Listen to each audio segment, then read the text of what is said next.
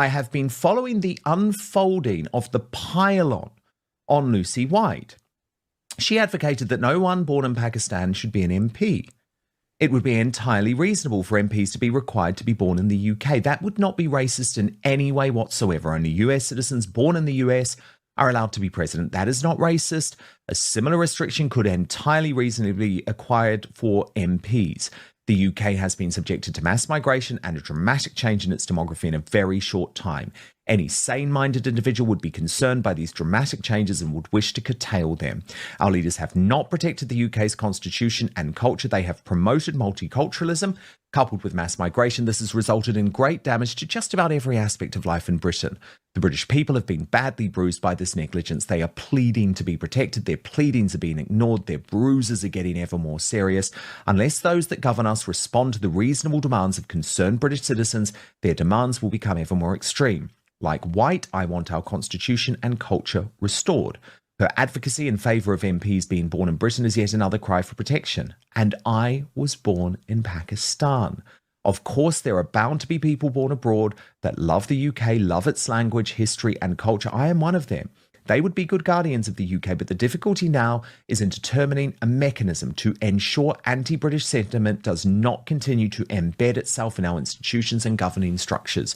Perhaps a blunt instrument, but the sentiment requiring MPs born in the UK is understandable. The UK is facing an existential threat. Lucy White's post is a response to that threat. Instead of denouncing her, it might be more helpful to try to understand her and the British people's deep, legitimate concerns. And Andrew Eborn, I know that you have Ben Habib on the Andrew Eborn show recently. In fact, I was watching you and Ben Habib, and thank you very much for covering the situation about my booting out or issue with Joe Allen restaurant with Lucy Connolly and Alison Pearson. You did great coverage of that.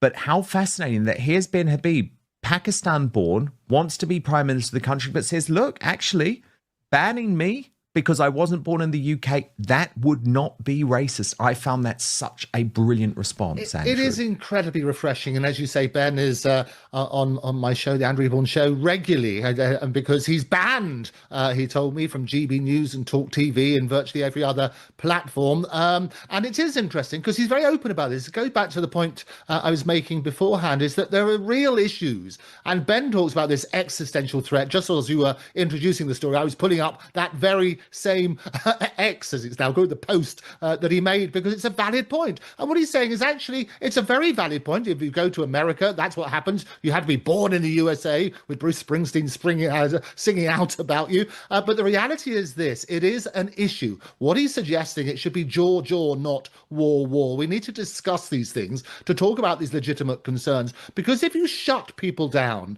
and this is what's happening, if you shut people down, you do not get to air these issues. And it is so important. I always say that trust comes in on foot and leaves on horseback. And trust in the media, trust in politics, trust in all sorts of things, trust in the police is at an all-time low. The way that we do that, sunlight is the best disinfectant. We have to encourage people to talk. And by talking about these things, that's how you get a resolution.